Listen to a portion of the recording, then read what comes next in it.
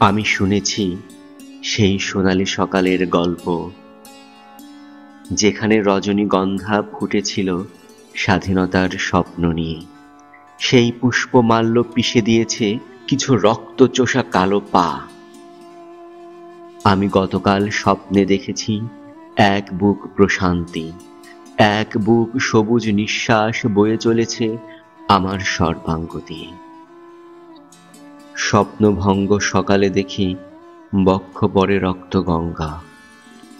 আমি ব্যারিকেড মানি না, আমি রাজনীতি জানি না, আমি জবাব চাই। কেন শিলাবৃষ্টি হয়ে বুলেট ঝরল? মায়ের মাটিতে কেন ছেলেরা মরল? কেন সহস্র ব্যথিত হৃদয় নিজেকে দাবি করল রাজাকার?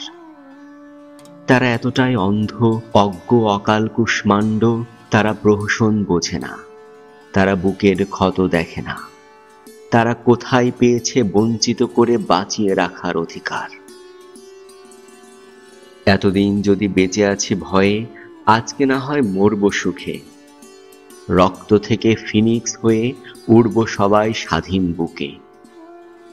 আমি শুনেছি ওই লাখো আহতের অশ্রু বন্দনা, কাল রজনীগন্ধা ফুটে উঠবে সবুজের প্রত্যাশা নিয়ে। প্রাণের দাবি মুক্তি পাবে, বাঁচতে পাবে সবাই।